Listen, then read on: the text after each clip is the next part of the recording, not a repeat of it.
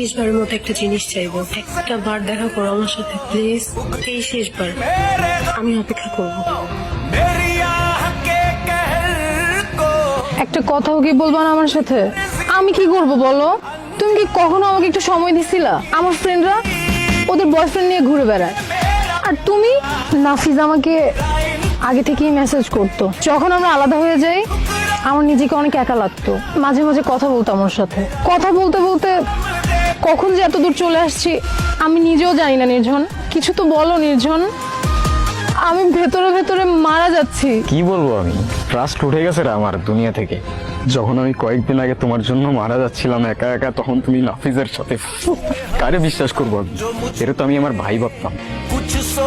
আর 10টা ছেলের মতো লাইফ না আমার, ভালো করেই জানতাম আমার বাবা নাই।